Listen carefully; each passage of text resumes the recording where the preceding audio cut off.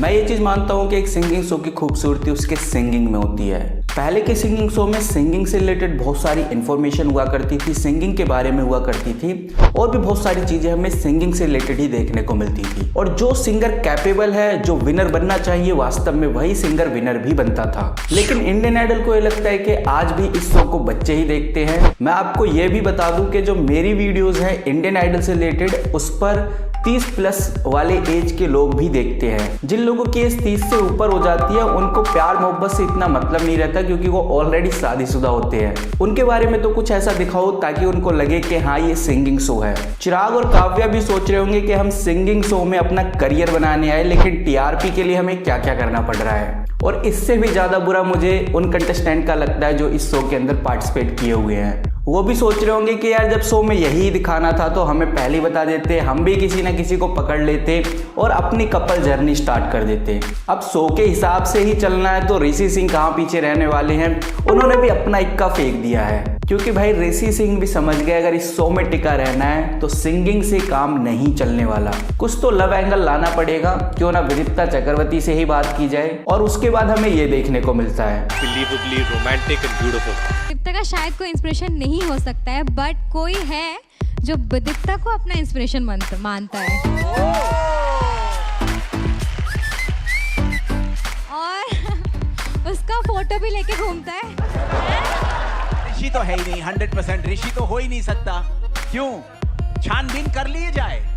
You never know। 25 episode हो गए, 26वां episode चल रहा है। विदिता आपको तो पता होगा कौन है। अभी मतलब इन लोग बोले तो पता चला कि ऐसा भी कोई है। अगर ऐसा कोई है तो आके हमसे बात करे, तो मतलब हमें कोई दिक्कत। तो ये सब कुछ देखने के बाद मुझे एक बात समझ में आ जाती है, अगर इन सिंगिंग शो में टिका रहना है तो सिंगिंग ही काफी नहीं होती।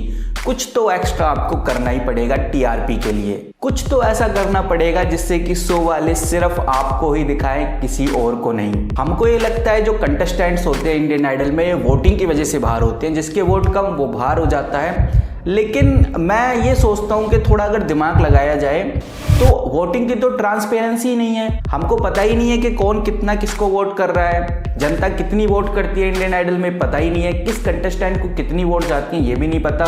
सिर्फ ये बताया जाता है कि हाँ भाई इसको वोट कम आई हैं। कुछ नंबर्स दिखा दिए जाते हैं कभी कभार के भाई इसके इतने वोट्स हैं, इसके इतने हैं, लेकिन वो कैसे क्लियर करेंगे कि भाई वास्तव में ये वोट इतने ही आए हैं, क्योंकि इसकी ट्रांसपेरेंसी और डाटा तो कहीं भी नहीं है कि भाई इतने लोगों ने वोट किया जिसमें से इतने लोगों को ये है। कुछ भी फेक डेटा आपको दिखाया जा सकता है। इसीलिए मुझे ये वोटिंग का सिस्टम वैसे ही बिल्कुल समझ नहीं आता, और मैं ये मानता हूँ कि जो शो में सबसे ज़्यादा दिखता है वही आने वाले टाइम में विनर हो जाता है। अब 1 घंटे का शो आता है जिसमें जो हम लोग देखते हैं उस शो को, हमें तो वही दिखाया जाएगा जहां पर इंडियन आइडल का कैमरा चलेगा।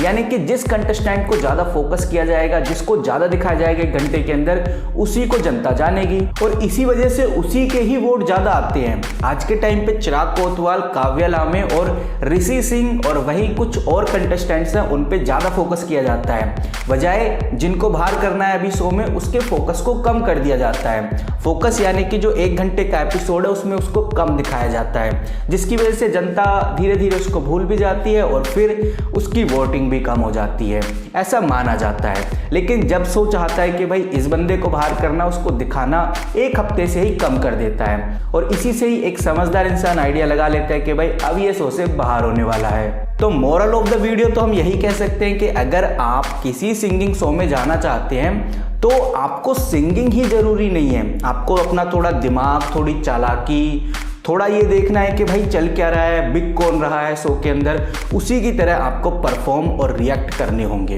इन सब चीज़ों के बारे में मैं ऑलरेडी बात करता रहता हूँ, कुछ ना कुछ आपको नया बताता रहता हूँ इन शो के बारे में। बाकी मैंने इंडियन आइडल से रिलेटेड बहुत सारी वीडियोस बनाई हैं जहाँ पर मैंने ऑडिशन से रिलेटेड कैसे फॉर्म भरना है, किस तरह से जाना है, ये सब कुछ बताया हुआ है। अगर आपने नहीं देखा तो आप एक बार ये वाली वीडियो जरूर चेकआउट कीजिए, इसमें मैंने बहुत सारी इन्फॉर्मेशन आपको दी हुई है। अगर आपको वीडियो पसंद आती है तो आप और वीडियोस देख सकते हैं। बाकी ऑडिशन से रिलेटेड कोई भी अपडेट आती है तो आप हमारे इस चैनल को सब्सक्राइब करके रख सकते हैं ताकि आपसे कोई भी अपडेट मिस ना हो सके। मिलते हैं किसी नई वीडियो के साथ, किसी नई अपडेट के साथ, तब तक के लिए take care and good bye.